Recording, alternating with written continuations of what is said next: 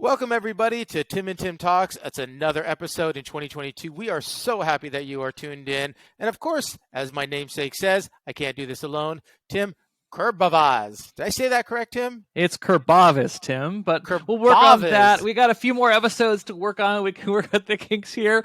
But, Tim, what are we talking about today? Let's talk about trends. You and I have the good fortune of communicating with a lot of different people over the spectrum of production, from the client side to productions, small and large, to venues. So what do we see happening? And Tim, the first thing that I see happening here, and please don't call me somebody that's stuck in my ways, but I think we're going to go back to how we did business prior to. And what I'm using as a gauge here is June is 2021, when the events started to come back, how quickly everybody went back to events, how things were being planned, and how similar they felt. It's like all the lesson learned from virtual event productions were not being applied to in-person. What do you think on that, Tim? I've seen that. My hope, and in many ways my prediction for this year, is that some of those lessons that we've learned will stick around. And the biggest of that is, to me, that the line between your conference's broadcast and television is a circle, right? That there's very little distinction between what you're doing as a broadcast of a conference, or, an online version of a conference, and, network TV. And so when we think about but now we say network TV. No, you don't mean that you have to have the budget of a network TV, but you have to think as a television show in a sense, correct? Well, I'm talking about things like the flow of the event, things like Correct. the way that we use cameras and light. Those are all things that, and frankly, the local news is using Zoom and FaceTime for contributions. So it's not like really the technologies are even different.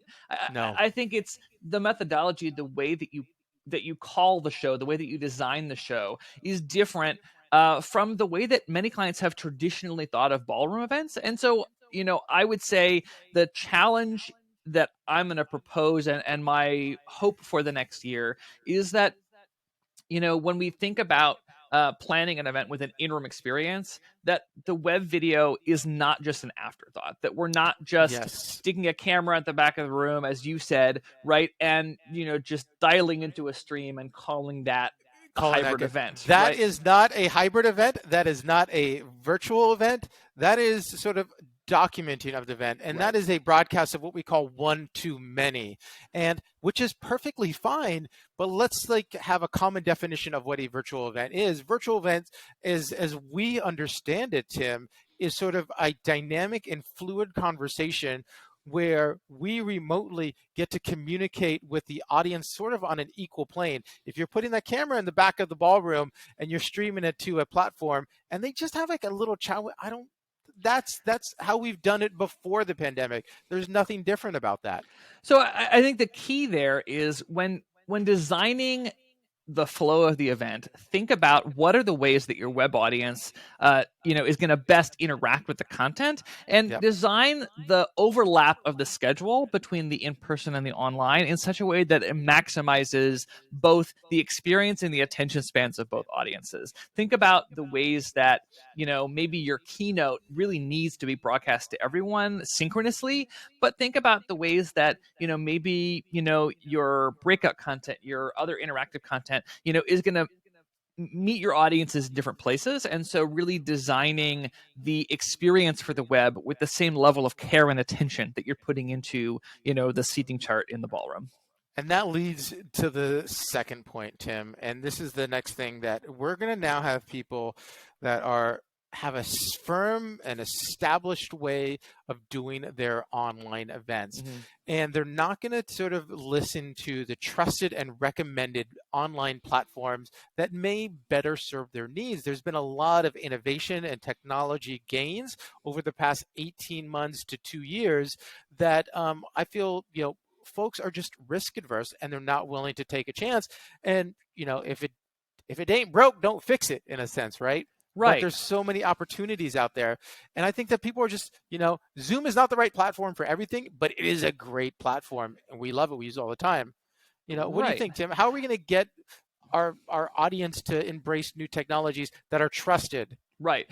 And we've touched on this before. There's so many technologies, and it's a really scary landscape. Like, do we trust these platforms? What do they do? Is the feature set work? We talked about, sometimes the features don't work. So I understand the trepidation and the comfort level with sticking with Zoom. The challenge is going to be, as you think about, again, that, thinking about the experience that your audience is going to have, how do you maximize that? And to be clear, right, Zoom has advanced a lot in their events landscape. They're really pushing into being an event product, but those features are fairly new. And so when we're thinking about, how to do a virtual hybrid event, think about, it's not just a Zoom meeting or a Zoom webinar. Are we looking at whether it's the event platform from Zoom, whether it's products like Hopin or, the other big name event platforms? What are the ways that, these tools, that have grown and become so much more robust over the last year, really maximizing your audience's experience in both cases. 100%. Well said, Tim.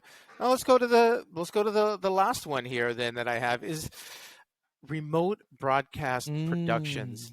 I am very excited about this. With all the learnings and technology advances, I have been sort of a champion of trying to get remote productions. And what I mean by that is just sending out a camera crew and bringing back feeds to our control room. And, what I've been finding is that I'm not saving the clients as much money as I thought. And I think it really comes down to sort of the scale of the event.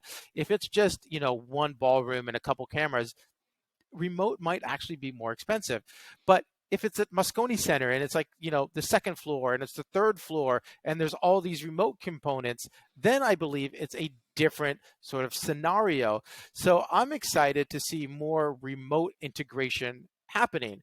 What do you think about remote integration? So I've been working on productions in the last couple of weeks, even where we've had studios all over the world, San Francisco, New York, Florida, Rio de Janeiro, and, connecting them all together through one central control room to switch a show and make it a unified broadcast. And I think that there's a tremendous power in bringing lots of places together into one place. As you point out, for a relatively small show with just one room, it may not make sense. But when we're talking about globe spanning events, we're talking about, people presenting from lots of different places, I think there's a real power in that. And I can say, I think, maybe in the corporate space, this is new. TV sports has been using this for, golf tournaments, soccer games for years in order to reduce production costs and increase efficiency. Pac-12 is being a big innovator. I remember hearing about this years ago. They have installed fiber connections to all of their stadiums, and now they send out a limited crew. But it's not a bare bones crew, and I think that's sort of the education there. Right? Is it's still actually you still have to send camera operators, you still have to send audio out there, right? And then you plug into the switcher. So you only maybe save even on that sort of like a Pac-12, like one or two positions that you can utilize in a studio. So case by case, absolutely. Case by case, but I think on that level where it gives you that one control room for the whole network and all those arenas, that really helps, streamline and provide efficiencies of scale. And so I think those are the kinds of things where we look at corporate events that are, moving around a lot, or, you want that uniformity and you want a consistent, video broadcast crew, or you want specific features like those, connecting multiple sites. Those are the cases where that's coming. And I agree with you. I think it doesn't fit every case, but I do think that's really one of the really hot topics for this year. Is that what's the technical term is REMI, is the acronym, if you hear that, is remote, this kind of remote broadcast where we have a centralized control room controlling cameras remotely. So there we have it, Tim. We're putting it out there. Yeah. We're putting our reputations on the line here with these trends. So let's check back in. Let's actually take a look and see what happens, in 12 months. And, what did we actually do? Are we actually going to events? Are we bringing event feeds back to here? What's interesting, the theme of what we're talking about is essentially signal flow. Where do these originate? How do we send them? How do we come back? It's exciting. Yeah. No one knows the answer. So let's make sure that we review this episode in 12 months and see actually what happened. And call us out on that. Come back to us and Call say, us out. you know, yeah, tell us right Hit now us you out don't you don't what do think you this is think? going to happen that way, or Yeah. come back to us in a year and, you know, let us know how we did. Put your reputation on the line as well. Totally. And with that, you know, we've got our social media channels. You can reach out to us here if you have any questions, comments, you know, fan mail, hate mail, and you know, reach out to us. Please do share our video if you have anyone else who might get some a laugh out of these predictions at least, or some value. You know, and join us in the next one. Right on. And with that, I am Tim K. And I'm Tim Kerbavis. See you next time.